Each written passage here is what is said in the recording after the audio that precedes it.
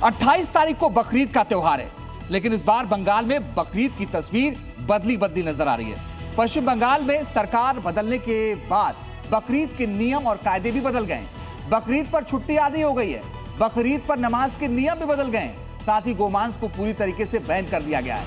बंगाल में बकरीद से पहले शुभेंदु सरकार ने क्या क्या एक्शन लिए हैं और इस पर बंगाल के मियां भाई क्या कह रहे हैं, देखिए इस खास रिपोर्ट में।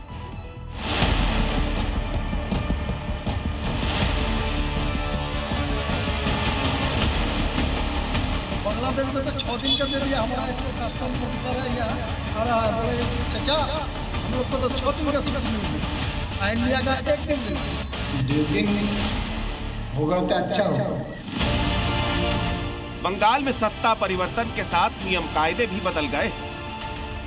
पहले सड़क पर नमाज को बैन किया गया, फिर गोमांस पर पूर्ण प्रतिबंध लगाया गया और अब बकरीद से ठीक पहले खबर आई है कि छुट्टी आधी कर दी गई। पश्चिम बंगाल में पिछली सरकार ने तुष्टिकरण के लिए जो नियम कायदे बनाए थे, अब शुभेंदु अधिकारी ने सत्ता संभालते ही उनमें संशोधन शुरू कर दिया। इसी कड़ी में शुभेंदु अधिकारी ने पिछली सरकार का एक फैसला पलट दिया है। बकरीद पर मियां भाई को अब 2 दिन की जगह सिर्फ 1 दिन की छुट्टी मिलेगी, यानी अब सिर्फ 28 मई को बकरीद की सरकारी छुट्टी होगी। पश्चिम बंगाल में तुष्टिकरण वाली टूल किट को एक-एक करके डीएक्टिवेट किया जा रहा है। कई मुसलमान तो इस बात को समझ चुके हैं कि कायदे में रहेंगे तो फायदे में रहेंगे,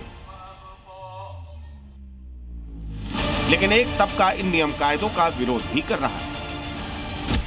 नूर अजहर अहमदी और काजी फरहत हुसैन मुस्लिम समुदाय के बुद्धिजीवी वर्ग से आते हैं, जिन्हें बकरीद पर ईद की 1 दिन की छुट्टी पर सख्त ऐतराज है। लेकिन जलपाईगुड़ी के गांव में मुस्लिम समुदाय खुश है, उन्हें सरकार के 1 दिन की छुट्टी वाले फैसले से कोई दिक्कत परेशानी नहीं।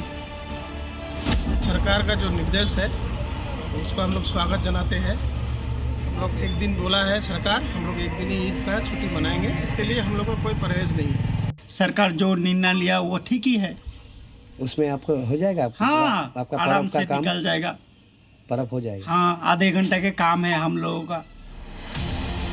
बकरीद की छुट्टी कटने से बंगाल के मियां भाई दोफाड़ है, लेकिन बकरीद को लेकर मुख्यमंत्री शुभेंदु अधिकारी का एक्शन प्लान लंबा चौड़ा है। बकरीद पर छुट्टी के साथ साथ मियां भाई के नमाज पढ़ने की हद भी तय कर दी गई।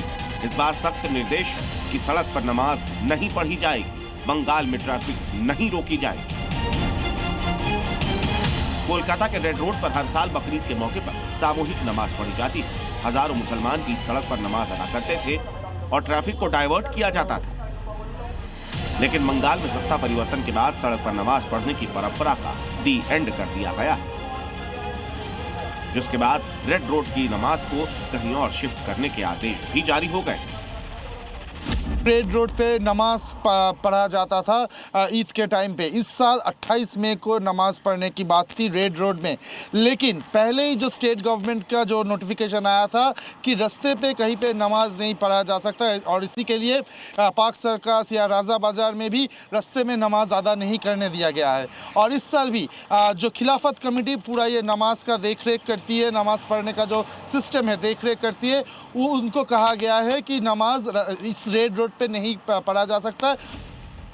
बकरीद पर छुट्टी आदि होने और सड़क पर नमाज पढ़ने की पाबंदी के साथ साथ बंगाल में गोमांस पर भी पूर्ण प्रतिबंध लगा दिया गया। मुसलमानों का एक तबका तो सरकार के आदेश का पालन करने की बात कर रहा है, लेकिन कहीं न कहीं इन मुद्दों पर मियां भाई को भड़काने की कोशिश भी हो रही है। भड़काने के क्रम में हुमायूं कबीर फ्रंट से लीड कर रहे हैं।